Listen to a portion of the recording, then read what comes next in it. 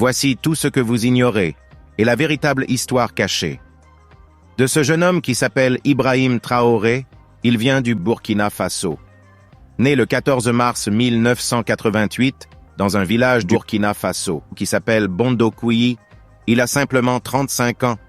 Il a fait ses études scolaires au lycée mixte d'Akartville à Bobo-Dioulasso et il fréquentait l'université de Ouagadougou qui se trouve dans la capitale du Burkina Faso, où il a étudié la géologie.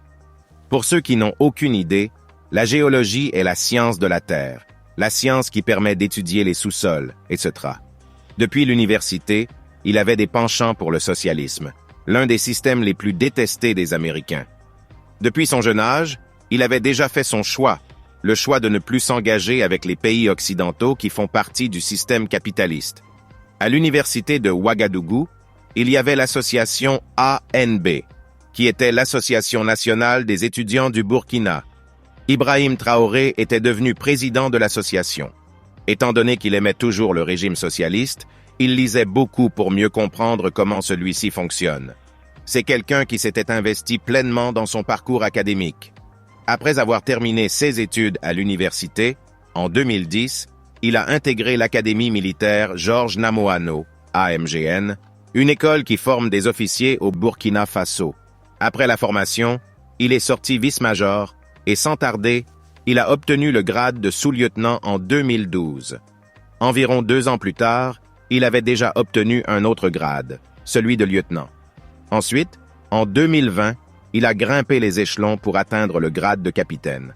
Plus récemment, en 2022, Paul-Henri Sandaogo Damiba, qui était le président du Burkina, lui a confié le poste de chef de l'artillerie au 10e régiment de commandement d'appui et de soutien dans l'armée. Cette base se trouvait dans la ville de Kaya, à environ 2 heures de route de la capitale du Burkina. À ce moment-là, il travaillait constamment sur le terrain. Il a participé à plusieurs opérations militaires importantes, montrant ainsi sa bravoure. Il a combattu contre le groupe rebelle de la ville de Djiba. Il avait également participé à l'opération Otapoanou. Les résultats de ces missions prouvent qu'Ibrahim est un homme courageux avec de nombreuses tactiques. En janvier 2022, les hauts gradés du Burkina ont créé le MPSR, le Mouvement patriotique pour la sauvegarde et la restauration, un comité militaire. Paul-Henri Damiba était à la tête de ce mouvement. Ce dernier a réussi un coup d'État, renversant Rochmark Christian Kaboré, qui était le président du Burkina, et Henri Damiba a pris le pouvoir. Ibrahim Traoré faisait partie du MPSR qui a aidé Damiba à réaliser le coup d'État pour prendre le pouvoir. Ibrahim Traoré est devenu président du MPSR, le mouvement de sauvegarde et de restauration. Pendant que Damiba était au pouvoir, Traoré avait l'impression que rien ne se passait comme prévu. Il s'est tourné vers Damiba pour discuter des graves situations qui évoluaient au Burkina, surtout dans les zones où il y avait des rebelles. Sans succès, Damiba ne semblait pas se soucier d'Ibrahim, même après qu'il lui ait présenté une situation grave qui évoluait à la frontière du Mali et du Niger, où les rebelles s'installaient presque partout. Le président n'a rien fait, comme si cela ne le concernait pas. Le 30 septembre 2022, le MPSR, dirigé par Traoré, a de nouveau frappé en renversant Amiba par un coup d'État et en prenant le contrôle du pouvoir. Le 21 octobre 2022, un conseil constitutionnel a déclaré Ibrahim Traoré président de transition du Burkina Faso. Il a prêté serment devant le peuple de respecter, faire respecter et défendre la constitution de la transition ainsi que les lois. Il a promis de mettre tout en œuvre pour garantir la justice à tous les habitants du Burkina Faso. Ainsi, Ibrahim est devenu le plus jeune chef d'État non seulement du Burkina, mais aussi du monde entier. La raison des murmures récents concerne la direction qu'Ibrahim prend.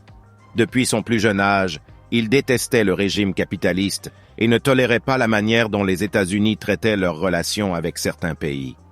En prenant le pouvoir, il s'est tourné vers la Russie, la Turquie et la Corée du Nord. Il a reçu des drones tactiques Bayraktar TB de la Turquie. Il souhaite s'éloigner de la France en donnant 5 jours à un groupe de soldats français basés au Burkina pour qu'il quitte le pays.